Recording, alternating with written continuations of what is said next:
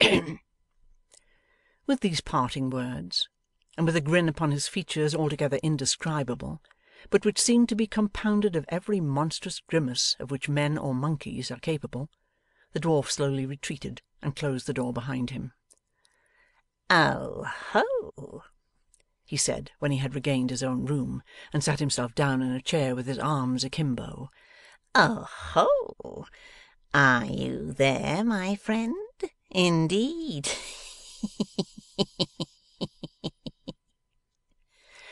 Chuckling as though in very great glee, and recompensing himself for the restraint he had lately put upon his countenance by twisting it into all imaginable varieties of ugliness, Mr Quilp, rocking himself to and fro in his chair, and nursing his left leg at the same time, fell into certain meditations, of which it may be necessary to relate the substance. First, he reviewed the circumstances which had led to his repairing to that spot, which were briefly these. Dropping in at Mr Sampson Brass's office on the previous evening, in the absence of that gentleman and his learned sister, he had lighted upon Mr Swiveller, who chanced at the moment to be sprinkling a glass of warm gin and water on the dust of the law, and to be moistening his clay, as the phrase goes, rather copiously. But as clay in the abstract, when too much moistened, becomes of a weak and uncertain consistency, breaking down in unexpected places, retaining impressions but faintly, and preserving no strength or steadiness of character, so Mr Swiveller's clay, having imbibed a considerable quantity of moisture, was in a very loose and slippery state, insomuch that the various ideas impressed upon it were fast losing their distinctive character, and running into each other. It is not uncommon for human clay in this condition to value itself above all things upon its great prudence and sagacity, and Mr Swiveller, especially prizing himself upon these qualities, took occasion to remark that he had made strange discoveries in connection with the single gentleman who lodged above, which he had determined to keep within his own bosom, and which neither tortures nor cajolery should ever induce him to reveal. Of this determination Mr Quilp expressed his high approval, and setting himself in the same breath to goad Mr Swiveller on to further hints, soon made out that the single gentleman had been seen in communication with Kit, and that this was the secret which was never to be disclosed.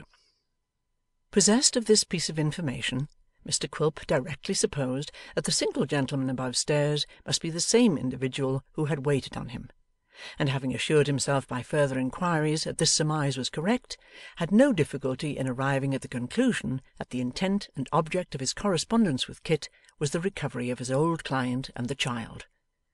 Burning with curiosity to know what proceedings were afoot, he resolved to pounce upon Kit's mother as the person least able to resist his arts, and consequently the most likely to be entrapped into such revelations as he sought. So taking an abrupt leave of Mr Swiveller, he hurried to her house. The good woman being from home, he made inquiries of a neighbour, as Kit himself did soon afterwards, and being directed to the chapel, he took himself there, in order to waylay her at the conclusion of the service.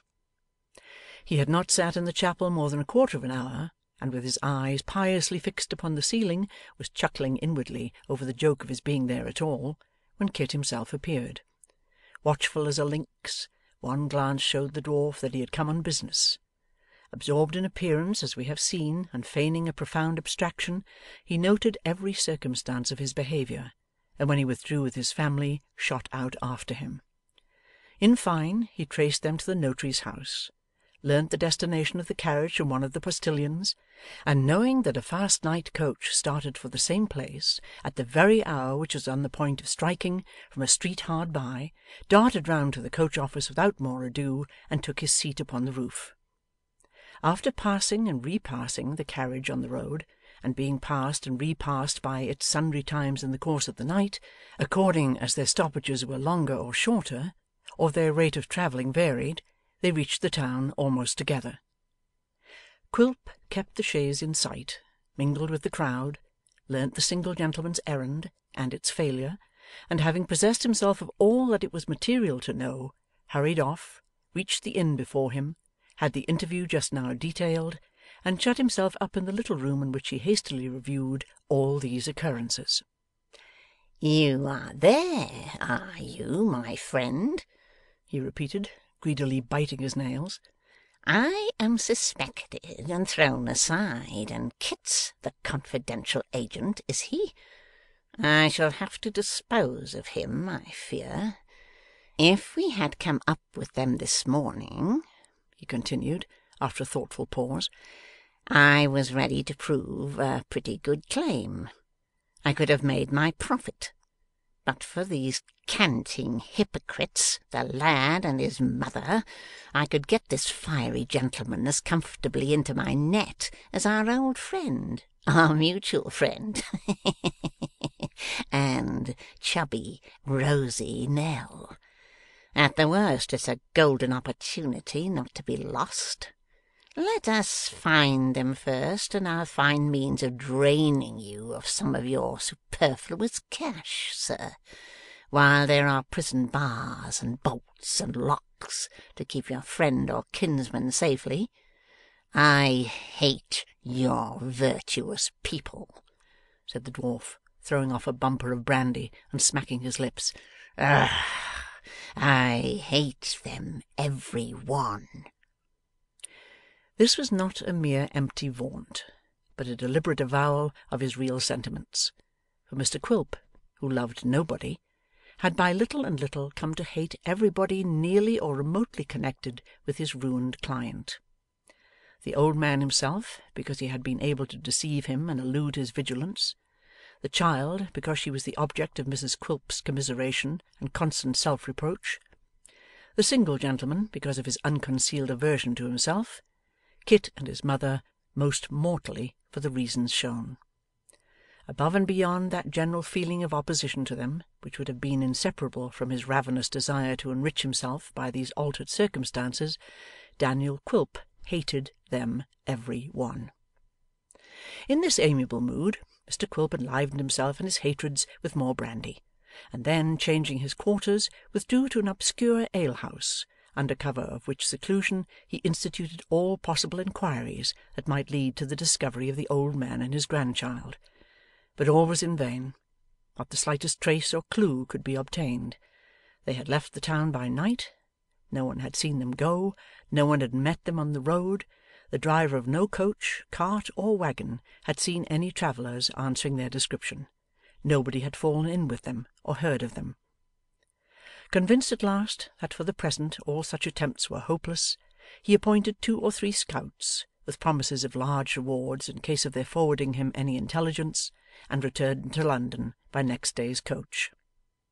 It was some gratification to Mr Quilp to find, as he took his place upon the roof, that Kit's mother was alone inside, from which circumstance he derived in the course of the journey much cheerfulness of spirit, inasmuch as her solitary condition enabled him to terrify her with many extraordinary annoyances, such as hanging over the side of the coach at the risk of his life, and staring in with his great goggle eyes, which seemed in hers the more horrible from his face being upside down; dodging her in this way from one window to another; getting nimbly down whenever they changed horses, and thrusting his head in at the window with a dismal squint; which ingenious tortures had such an effect upon Mrs Nubbles that she was quite unable for the time to resist the belief that Mr Quilp did, in his own person, represent and embody that evil power who was so vigorously attacked at Little Bethel, and who, by reason of her backslidings in respect of Astleys and oysters, was now frolicsome and rampant.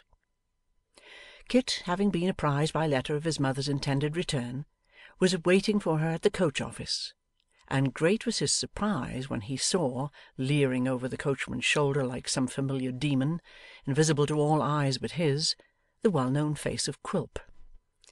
"How are you, Christopher?" croaked the dwarf from the coach-top. "All right, Christopher? Mother's inside?" "Why, how did he come here, mother?" whispered Kit. "I don't know how he came, or why, my dear," rejoined Mrs Nubbles, dismounting with her son's assistance, "but he has been a terrifying of me out of my 7 senses all this blessed day." "He has?" cried Kit. "You wouldn't believe it, that you wouldn't," replied his mother.